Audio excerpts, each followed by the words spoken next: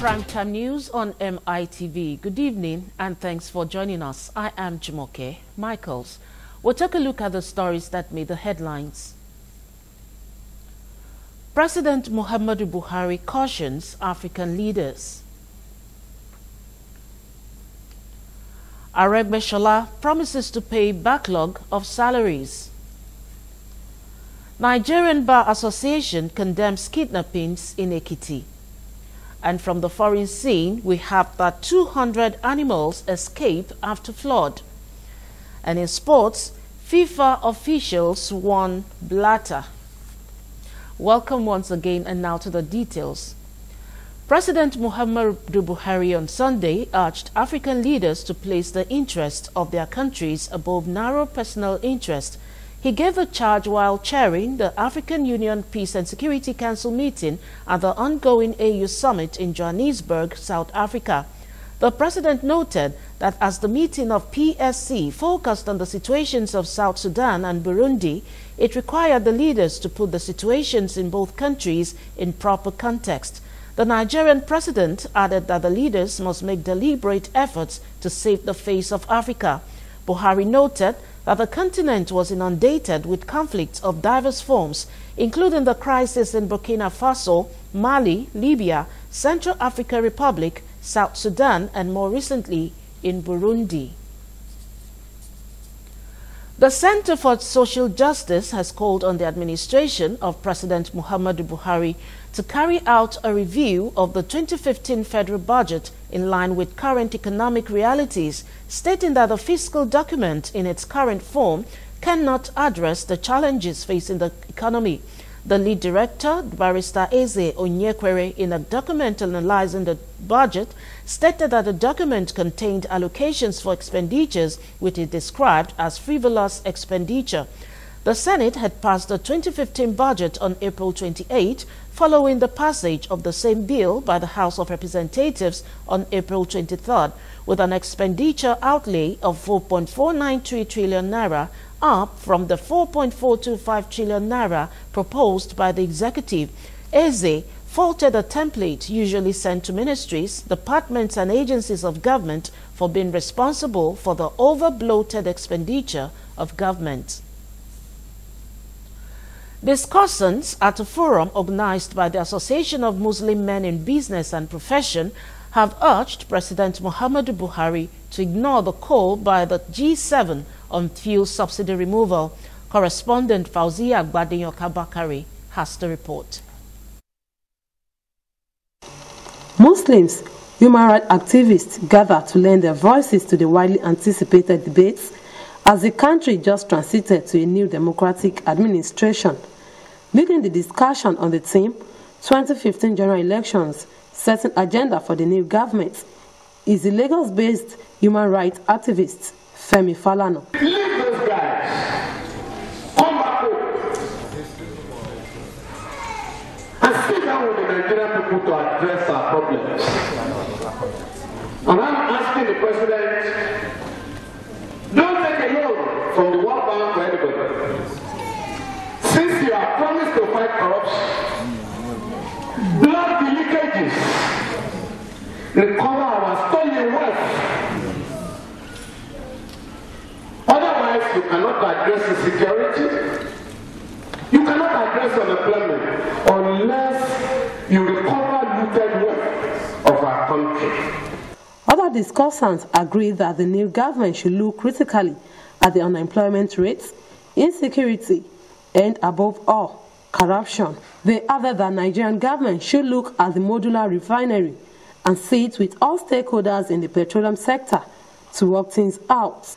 They also charged Buhari administration not to disregard Mohamed Iwi's reports. Two fundamental problems are the challenge of development and the challenge of poverty.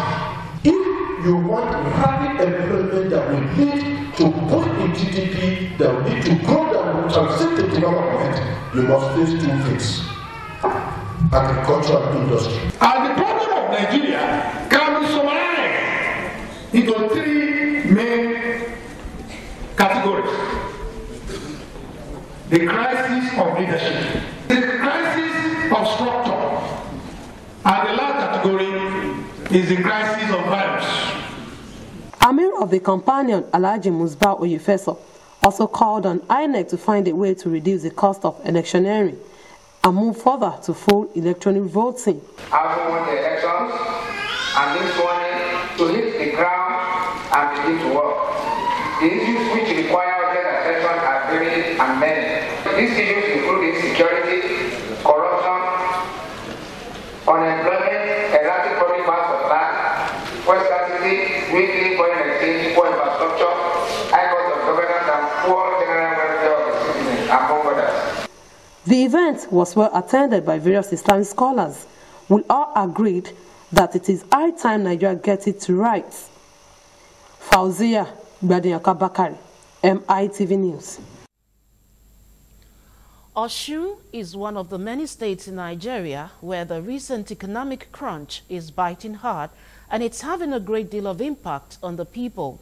In this special report, our Osun State correspondent Abbas Okondeji takes a look at how the scenario has played out so far. It seems not to be best of time for both the government and the people of Osun State. It has been protest upon protest and strike after strike in the public sector. For some time now, economic activities have been at the lower ebbs due to all these obvious reasons. The inability of the state government to pay up to 7 months' salaries and fulfill other sundry responsibilities has forced the labor force to down tool. A lot of demands are there that the governments have not met, and because of this we are coming up. That the definite action be total. That by this bulletin, workers are advised to stay at home while pressing home our legitimate demands.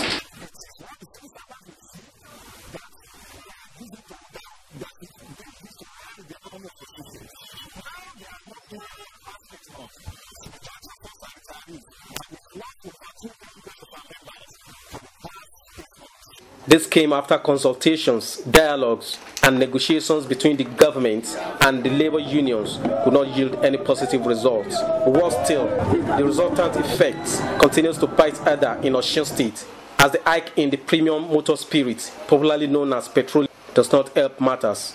Life now becomes difficult for the people of Osun State, most especially for civil servants who are still being owed for 7 months. Very difficult for us now because of the salary, because they didn't pay the salary, and those people that are in the government, they don't even do anything.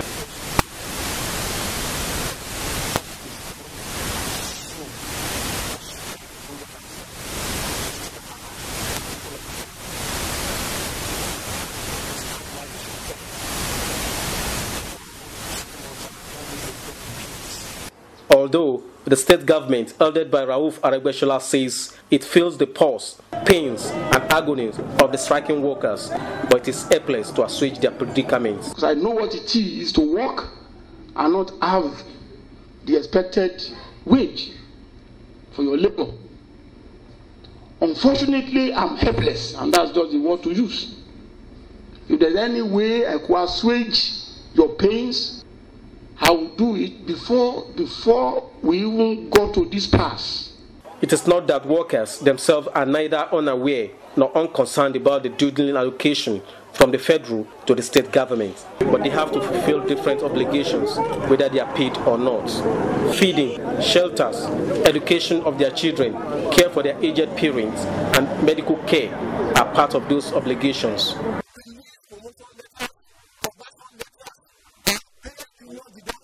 For how long will this pathetic situation continue to play out?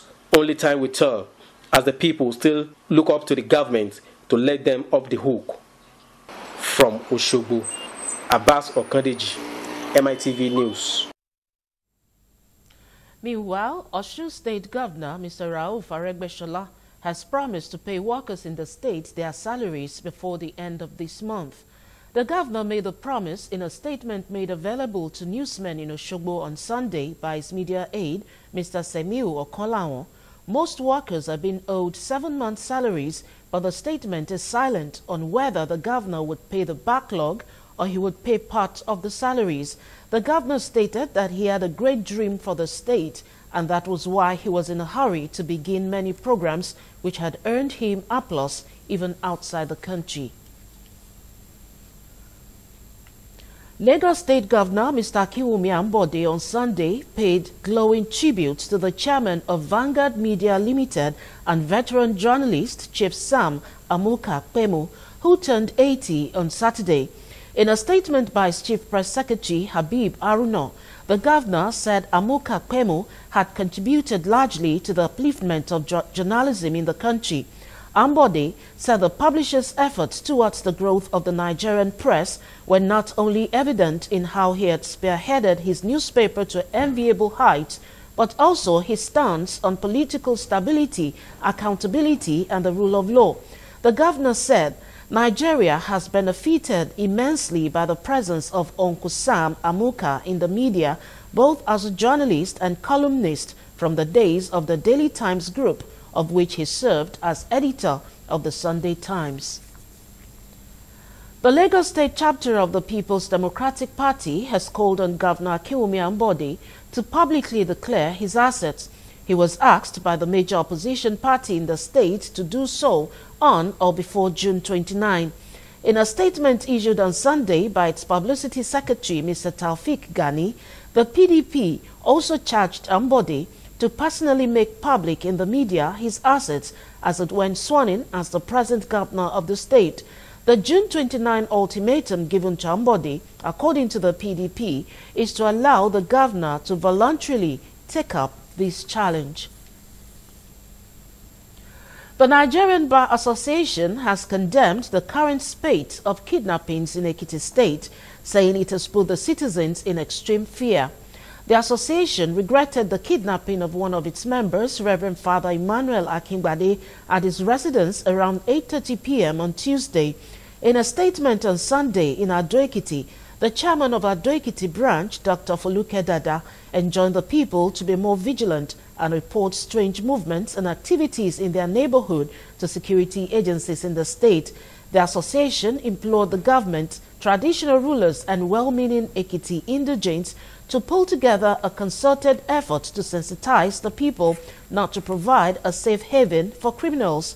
No fewer than 11 persons, including an 11-year-old boy, kidnapped across Ekiti State, were on May 23rd released by their captors. As part of its commitment towards improving the quality of education in Nigeria, an independent body has donated geosciences equipment and financial assistance to 6 universities in the country. Performing the ceremony in Abuja, Permanent Secretary to the Federal Ministry of Education, Professor Mark John Nwabioala, said the gesture will not only enhance quality geology science teaching in the universities, but also portray the organization as a responsible firm. He stressed the need for the head of the universities to make good use of equipment as well as maintain it to ensure it lasts long.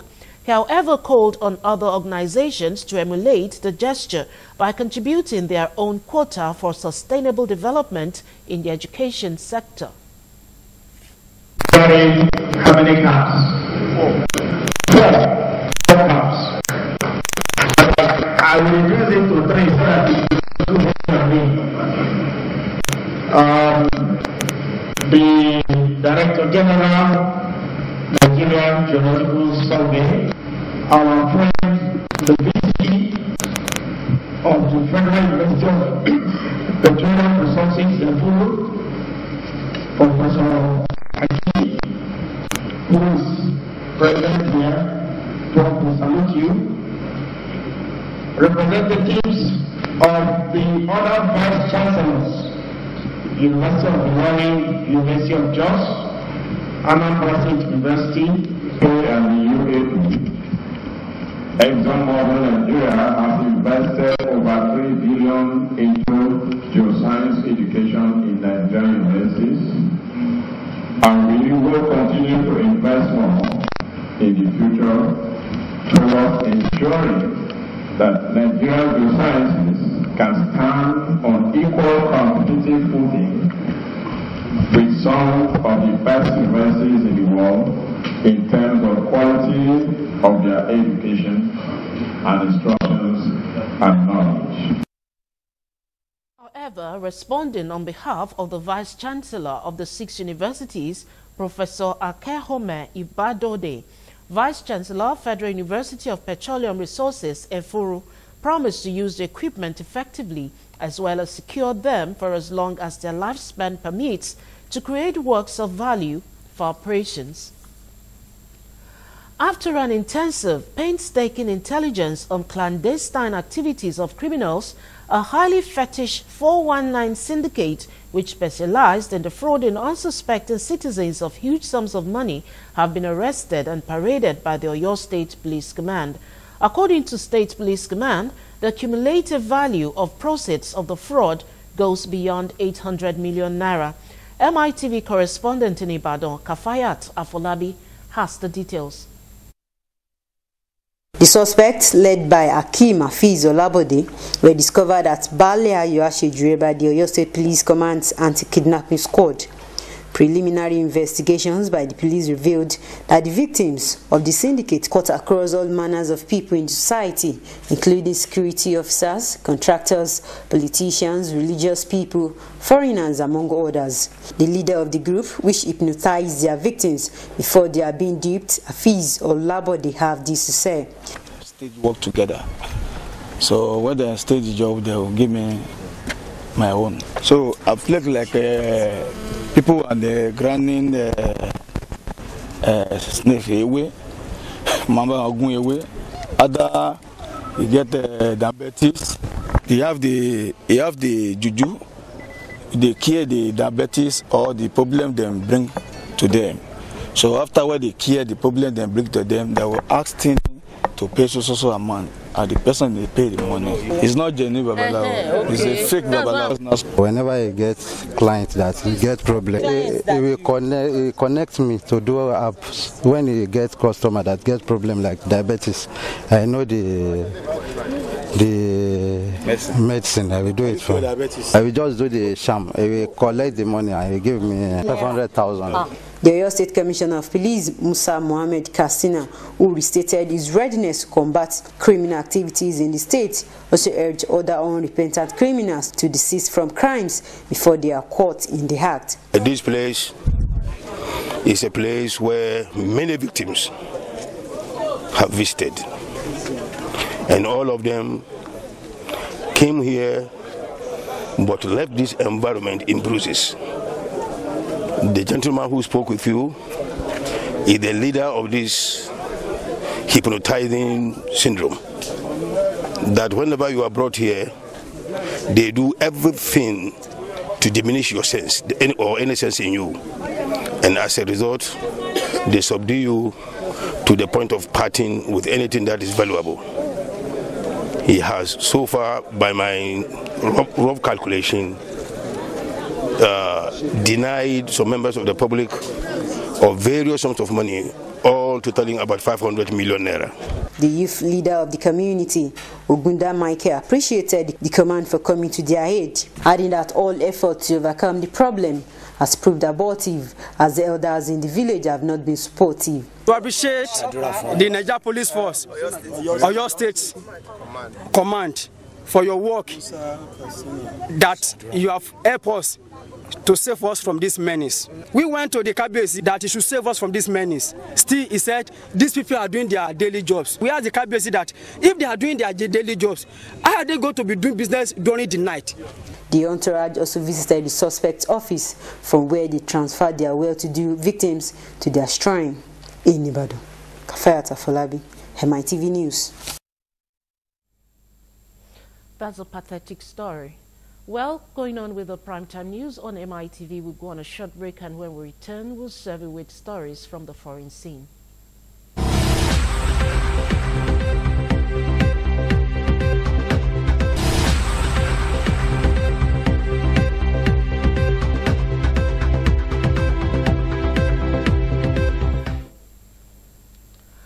A South African court on Sunday issued a temporary ban on Sudanese President Omar al-Bashir leaving the country after the International Criminal Court called for him to be arrested at a summit in Johannesburg.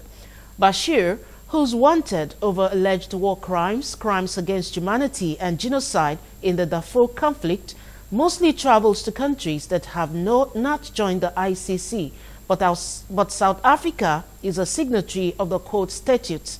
The Pretoria High Court said in a statement it was compelling respondents to prevent President Omar al-Bashir from leaving the country until an order is made in his court. The hearing is set to take place later Sunday, the opening day of the African Union Summit. Bashir joined the group photograph of leaders at the summit despite the calls for his arrest. Heavy flooding in the Georgian capital, Tbilisi, has killed at least 12 people, with officials warning people to stay indoors to avoid animals that have escaped from a zoo. The missing animals include tigers, lions, bears, and wolves. 3 of the dead people were found within the zoo. A hippopotamus was cornered in one of the city's main squares and subdued with a tranquilizer gun. Rescue workers are searching submerged homes to check for trapped residents. Tbilisi Zoo spokeswoman Zia Sharashidze said that 3 bodies had been found in the zoo, including those of 2 employees.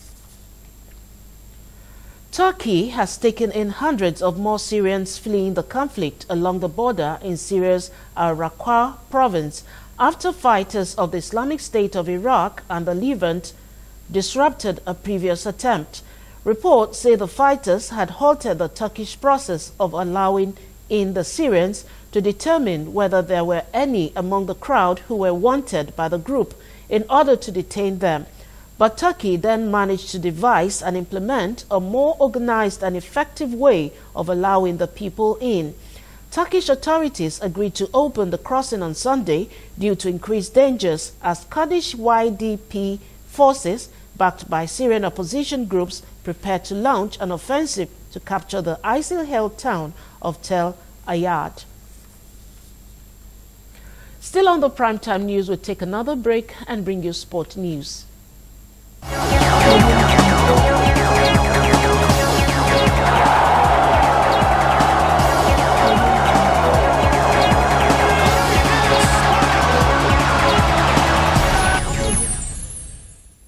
Welcome to Sport News.